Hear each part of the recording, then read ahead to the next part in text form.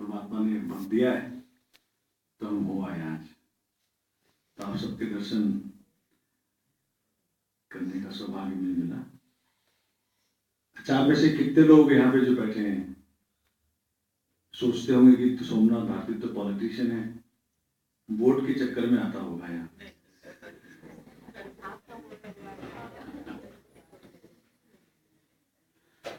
कोई नहीं समझता ऐसा? कोई नहीं समझता, ठीक है। तो फिर तो हम ये समझते हैं आपका प्यार आज मैं भी सवेरे सवेरे कहीं से आ रहा हूँ तो मैंने वहां पे ये शब्द कहा कि मेरा my pain is that I am being measured by the yardsticks which people have developed over the years for other politicians. मुझे भी उसी पैमाने से, उसी यार्डस्टिक से मेजर करने का प्रयास लोग करते हैं जिससे वो और पॉलिटिशियंस को करते रहें। कहीं जाता है तो वोट की बात करेगा, लेकिन ये बदल रहा है और ये बहुत प्रभावकारी तरीके से बदल रहा है। ये जो नया आगमन आप लोगों ने हम जैसे लोगों को चुन के किया है, इससे बहुत बदल रहा है। तो जो मेरी यात्रा राजनीति में रही है कि हमें इसको आध्यात्मिकीकरण करना है। जब तक राजनीति में आध्यात्मिकता नहीं आएगी तब तक कुछ नहीं होगा, कुछ हो ही नहीं सकता। आप एक गंदे मन से अच्छे काम कर ही नहीं सकते। अगर मन ही गंदा है तो अच्छा काम कहाँ से होगा? जब तक मन की सफाई, जब तक मन की प्योरिटी नहीं होगी तब तक अच्छा करना तो छोड़िए, अच्छा सोचना भी नहीं हो सकता। फिर वो अच्छा सोचना भी लोग स्वार्थवश ही करेंगे, है ना? तो जो आप इतने सौभाग्यशाली हैं कि आज की दुनिया में भी इस तरह के भाव, इस तरह के विचार, इस तरह का प्यार आपको मिलता है। इसी से बाबा ने बोला वाणी के अंदर कि नई दुनिया जो बनेगी जिसका आधार सत्य और पवित्रता होगा, उसमें हर व्यक्ति की आवश्यकता है। साइंटिस्ट की भी है और आर्किटेक्ट की भी है और हर प्रकार का, क्योंकि दुनिया नई बननी है। तो और राजनीति के अंदर जो गुण है वो भी वहाँ के जो राज्य चलाने वाले हैं उनके अंदर होना चाहिए। एडमिनिस्ट्रेशन पावर भी होना चाहिए, एक्सप्रेशन पावर भी होना चाहिए। क्योंकि हम बाबा के, भगवान के बच्चे, भगवान से सब कुछ सीखते हैं, क्योंकि बुद्धि तो परमात्मा देने वाले हैं। नए दुनिया के अंदर बाबा ने नेताओं की बात लिखी अभी भी। बहुत अच्छा। तो ये बात तो फिर साफ हो गया कि वो पॉलिटिक्स गंदी जगह नहीं है। अगर बाबा भी कह रहे हैं कि नेताओं को बढ़िया होना पड़ेगा, इसका मतलब पॉलिटिक्स गंदी जगह नहीं है। तो पॉलिटिक्स के अंदर जो लोग भी आए, नहीं, हम लोगों ने, हम कारण क्या है ना कि आप जो स्कूल तो चुनते हो बच्चों के लिए, अच्छा स्कूल भेजेंगे, लेकिन अच्छा नेता होना चाहिए हमारा। वोट नहीं चुनते, फिर वो कहते हैं कि फलाने पार्टी को, फलाने पार्टी को, फलाने पार्टी को, ये वो, धर्म के आधार पे, जात के आधार पे, ऐसे ऐसे आधार बना रखे हमने कि अपना कुआं खुद खोद लेते हैं। फिर वो आदमी मिलता नहीं, फिर काम हमारा होता नहीं, फिर वही फिर चुहिया वाली हालत बनी रहती है। फिर वही समस्याएं, हर साल वही पॉलिटिकल डिस्कोर्स मिलता है, हम ये कर देंगे, हम वो कर देंगे। 5 साल में कुछ किया नहीं, फिर वही कर देंगे, वही कर देंगे। अपनी मालवीय नगर की हालत देख लीजिए कि वो अभी भी सीवर पानी चल रहा है। 67 साल हो गया सीवर पानी चल रहा है अभी तक क्षेत्र के लोग सीवर पानी में फंसे हुए हैं। ध्यान कब करेंगे? अगर आपको वास्तविकता में जो बाबा का अगर वचन को ढंग से, एज ए पॉलिटिशियन मेरा कंट्रीब्यूशन ये होगा कि आपको ऐसे इन्वायरमेंट मिले, आपको ऐसा व्यवस्था मिले जिसमें कम से कम ध्यान करते वक्त तो सीवर पानी ना आए। ये तो मालूम पड़ा आंख बंद किया आपने, सामने आ रहा है कि सीवर बह रहा है। कब तक सीवर बहता रहेगा? तो ये एडमिनिस्ट्रेशन, जैसा दादाजी ने कहा कि एडमिनिस्ट्रेशन ऐसा हो कि आदमी को तो मालूम ही ना पड़े कब सामान ठीक हो गया, कब सीवर ठीक हो गया, कब पानी ठीक हो गया, कब सड़क ठीक हो गया, कब। मेरी तो 10 महीने के अनुभव में ये लगता है कि जनता को ममता बना के छोड़ दिया इन लोगों ने। जनता को उन्होंने ममता बना के छोड़ दिया। 24 घंटे हाथ फैला के कहीं ना कहीं खड़े होते हैं, किसी काउंसलर के आगे, किसी नहीं मिले के आगे, जबकि मालिक आप हैं, एम्प्लॉयर तो आप हैं, आपने मुझे चुना, मैं तो एम्प्लॉय हूं। तो इसमें हम सबका, जैसे दादाजी ने कहा कि सबका कंट्रीब्यूशन बहुत जरूरी है। Everybody has to contribute judiciously, religiously, spiritually, consciously have to contribute, have to be out. आपको घर घर जाके बोलना पड़ेगा कि भाई इस बार सत्य के साथ हूं, सत्य के साथ हूं, सत्य के साथ हूं, कुछ नहीं कहना हो, be with the truth. See, you can teach people administration, you can teach people procedures, you can teach people other things, but you cannot teach people honesty, you cannot teach people integrity, you cannot teach people purity. ये सब तो एक pure होगा तो दूसरे के ऊपर असर तो पड़ता है ना। तो ये सब जो ईमानदारी है, we have to be with them, बहुत जरूरी।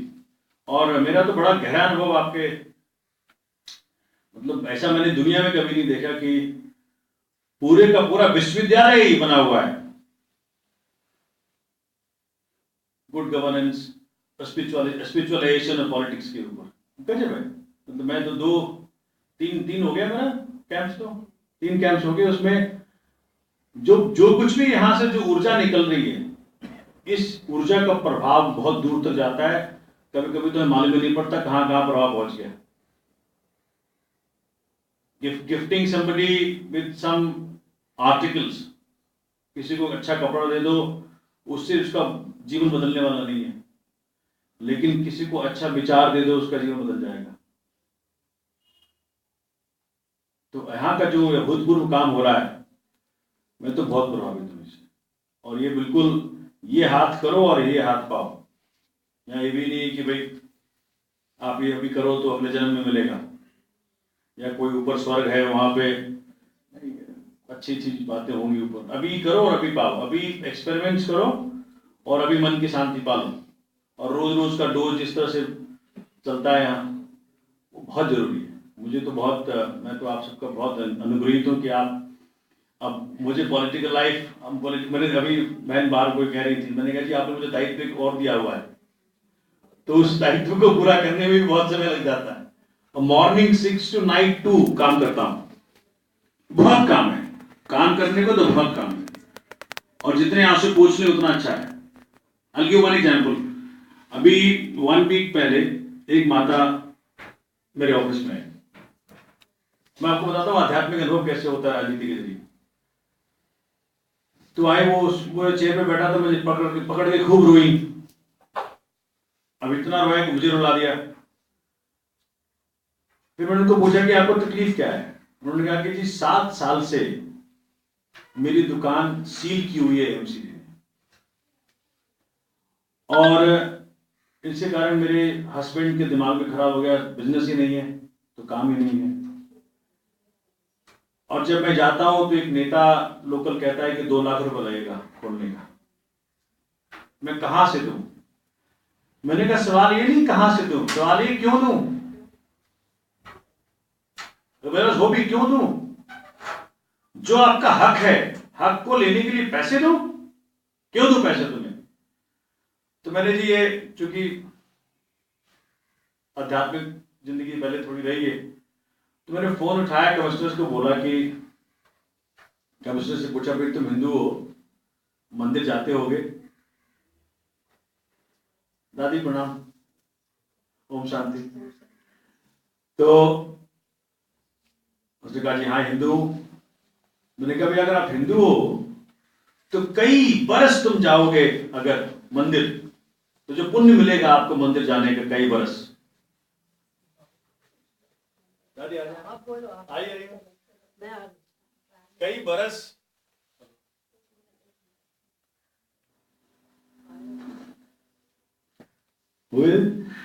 कई बरस अगर आप हिंदू हो तो मंदिर जाओगे तो जो फायदा मिलेगा, मैं एक काम दे रहा हूं आपको, जो पुण्य मिलेगा कई बरस जाने से मंदिर में, तो बोला क्या जी? मैंने कहा एक आपको टास्क दे रहा हूँ, 7 साल से माता का दुकान बंद है, सील पड़ा है, उसको आप खोल दो बस। मैं गया जी, उनको गाड़ी में बिठा के लेके गया साथ में, और 1 सप्ताह के अंदर उनका दुकान खुल गया। और जो दुकान खुलने से जो उनके चेहरे पे मुझे जो अनुभव हुआ, वो परमात्मा के दर्शन थे। जो खुशी झलकी उनके चेहरे पे, माता के चेहरे पे जो खुशी झलकी, वो लगा कि मुझे साक्षात परमात्मा के दर्शन हुए। तो राजनीतिक तरीके से आध्यात्मिक का बहुत गहरा अनुभव हो सकता है अगर आप राजनीति को सेवा का माध्यम बनाओ तो। राजनीति दो माध्यम बन सकती है, पैसे का माध्यम और सेवा का माध्यम। पैसा तो एक टूल है, आपके यहां भी बहुत बार बार सिखाया जाता है कि पैसा तो एक टूल है, it's a very useful tool, but ये टूल ही है कि इसको आप ध्येय मत मान ले, इसको अंत मत मान ले। कुछ काम बगैर पैसे के नहीं हो सकते, लेकिन किसी ने पैसे को ही अंतोगत्वा मान लिया कि सब कुछ यही है, तब तो आप नरक के द्वार को तैयारी कर रहे हो। साधन को साधना मान लिया, साधन को साधना मान लिया। धन और ध्यान में कोई दुश्मनी नहीं है अगर ढंग से समझे तो। अगर धन को ध्यान के लिए यूज करें तो ठीक है, लेकिन धन ध्यान के कॉस्ट पे नहीं होना चाहिए।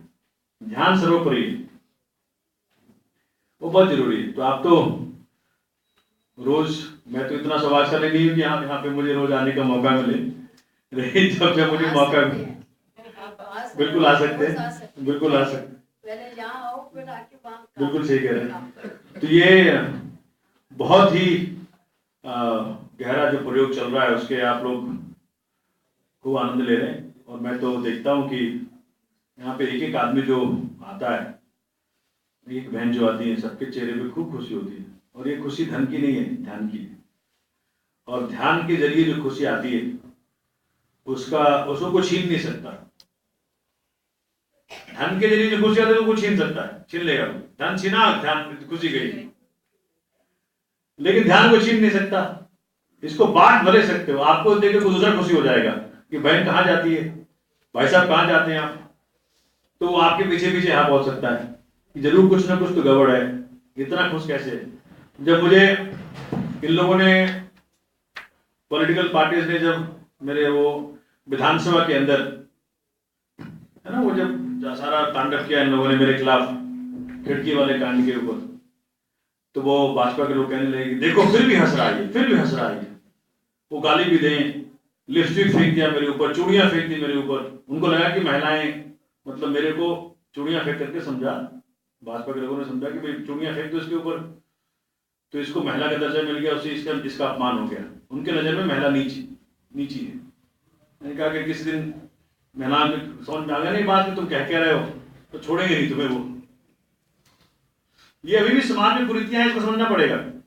समाज में अनफॉर्चुनेटली अभी बहुत बड़ी कुरीति चल रही है, कितना भी डेवलप हो जाए, कि जी महिलाएं नीचे हैं पुरुष से, वो गलत है। इनफैक्ट महिलाएं ना हो तो जीवन में कोई रंग ही ना हो। जितनी शांति है महिलाओं वगैरह में, मैं तो कहता हूं अगर दुनिया के शासन सब महिलाओं के हाथ में आए तो सब कोई झगड़ा वगड़ा नहीं होगा, कोई आर्मी की जरूरत नहीं पड़ेगी, आर्मी को हटा दो। Because what I understand, woman का मतलब है हार्ट ओरिएंटेड, हृदय।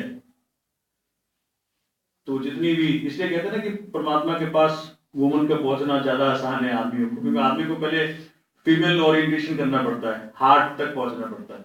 माइंड से हार्ट की यात्रा बड़ी दूर की यात्रा है। इसलिए परमात्मा जब आते हैं, ब्रह्मा के तन में जब आते हैं, इसलिए आते ही सब माताओं को वंदे मातरम। और आज भी बाबा के वर्षन जो हम पढ़ते हैं उसमें लास्ट में मैं बताती हूँ कैसे वर्षन से बाबा कहते हैं, अच्छा मीठे मीठे सिकिल दे बच्चों प्रति मात पिता, वो हमारा मात पिता भी है, और बाप दादा का याद प्यार, गुड मॉर्निंग, रूहानी बच्चों को रूहानी बाप की नमस्ते। और फिर कई बार साकार में जब बाबा थे, हम बहुत समय उसके साथ रहे, तो बाबा जब जाते थे अपना हॉल से निकलते थे तो फिर मुड़कर आते थे, अच्छा वंदे मातरम। बाबा बिल्कुल झुक जाते थे और फिर वापस जाके फिर आते थे, अच्छा मैंने माताओं को तो वंदे किया पर भाइयों को कुछ नहीं किया। तो फिर कहते थे अच्छा वंदे पुत्रम। मतलब हर एक को बाबा खुश करते थे। तो जैसे भाई साहब ने कहा ध्यान और धन, ठीक है कमाना है वो भी, लेकिन ध्यान को भी जमा करना है। हम जब मालवीय नगर में आए थे हमारे पी ब्लॉक के अंदर, वहाँ हमारे पास जो मकान था 100 रुपया उसकी किराए और भाई साहब की 200 रुपये ही, पेट्रोलियम मिनिस्ट्री में थे उस समय, 200 रुपये ही तनख्वाह थी। तो 100 हम लोग देते थे और 100 रखते थे, बाबा का कार्य भी चलाते और अपने को भी चलाते। हमारे रजौरी गार्डन में एक मेजर वर्मा थे, मेजर थे मिलिट्री के, उनका हम लोगों के साथ बहुत प्यार था। तो अपना सारा घर वो हमें दिखाते और एक कमरा जिसमें वो योग करता था और वो कहता था जितने भी यहाँ पर महात्मा लोग आते हैं मैं उनको अपने घर में जरूर ले आता। तो अब तो बाबा आया है, बाबा को मुझे घर में जरूर लाना है, स्वयं भगवान जो महात्माओं का भी पिता है। तो कई बार वो हमारे पास मालवीय नगर में आते। उस समय हम आपको बतलाएं कि रियली हमारे पास इतना कुछ नहीं, एक पलंग था और 2 दरिया थी, थोड़ा बिस्तर था, थोड़े से बर्तन थे, लेकिन हम इतने नशे में रहते थे, हमारे पास बाबा है, बहुत कुछ। तो वो जब हमारे पास आता था कई बार आके सुनते बहन आपके पास कुछ नहीं है, मैंने कहा अरे मेरे पास बाबा है। भगवान बाबा जिसके पास है उसको और क्या चाहिए। तो वो शांत हो जाता। प्रैक्टिकल देखा जाए हम ये मानते हैं कि संतुष्टता सबसे बड़ी चीज, चाहे हमारे पास जो कुछ भी है थोड़ा है ज्यादा है, वो हमारे कर्म अनुसार बिल्कुल ठीक है। हम उसको भी बहुत समझ के अगर चलाते हैं तो बहुत ही हो जाता है, बरकत है। तो उस संतुष्टि ने हम सब जगह सेवा करते थे, मालवीय नगर के मंदिरों में, हर घर में कई आत्माएं सचमुच जागृत हो गई। मंदिर वाले थोड़े डरते थे, अरे ये ब्रह्मा कुमारी कुछ कर तो रहे नहीं है, ज्ञान ही तो सुना रहे, वो ज्ञान उनको अच्छा नहीं क्योंकि हम बुराइयों से छुड़ाते हैं। तो इस तरह से करते हुए आप देखिए बाबा ने हमें धीरे धीरे, हम निस्वार्थ सेवा, हमें सेवा करनी, बाबा का संदेश देना है। और वो उसने मेजर ने बाबा को अपने पास बुलाया, दिल्ली कैंप में उसकी बड़ी कोठी थी और वो 3 मास बाबा वहां रहे। हम लोग रोज यहाँ से जाते। 3 मास में आप देखिए उसने सारे मिलिट्री वालों को बाबा के सामने लाया, उनको संदेश दिलाया, बहुत आत्माओं की सेवा। ड्रामा चल रहा है, ये चैतन्य ड्रामा चल रहा है। इस बीच में उसको रात को कई बार फोन आ जाता, मेजर था तो उसको उठाना पड़ता था, उसको थोड़ा सा हार्ट का, तो एक बार उठाया, उसने बात कर ली। फिर बीच में उन्हीं दिनों में उसको दोबारा अपनी ड्यूटी से फोन आई तो रात के 1 बजा था, कैसे उसको उठाए, लेकिन उठाना पड़ा, वो कहते उठाओ, तो उसको उठाया, तो आके फोन में बात करा, बात करते करते उसको झटकाया और उसने फोन तो रख दी पर वो कर रहे थे। आप देखिए उसका भाग्य, वो आत्मा लास्ट उसका हाथ का बहुत तेज झटका आया और उसने कहा बाबा मुझे बचाओ बाबा।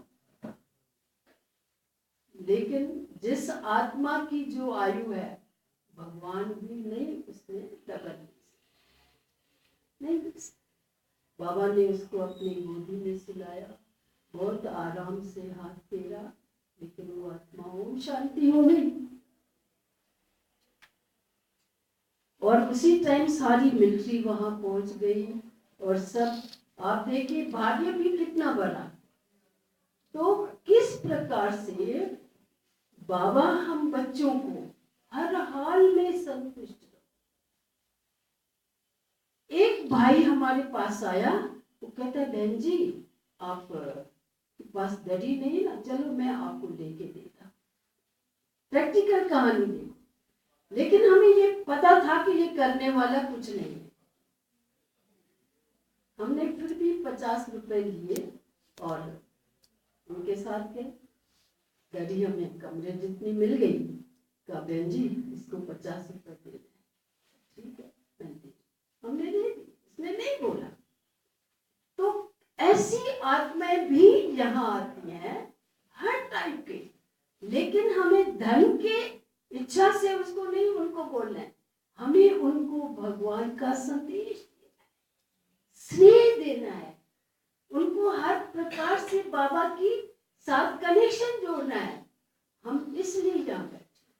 तो बाबा ने धीरे धीरे ऑटोमेटिकली, हम किसी से कुछ नहीं बोलते थे, सिर्फ सेवा कर। मंगल को मंदिरों में जाते थे, सत्संग होते थे, और वीरवार को हमारे यहाँ भोग लगता है, हम उन सबको बुला आप लोग आए। ऐसे करते करते आत्माओं का डर भी निकलता गया। ब्रह्मा कुमारी में ज्ञान ही दे रहे हैं, बाकी धारणा जो आपको करनी है करो। जो बाबा कहता है मेरे बच्चे होंगे वो चल पड़ेंगे, जो नहीं होंगे वो वापस चले जाएंगे।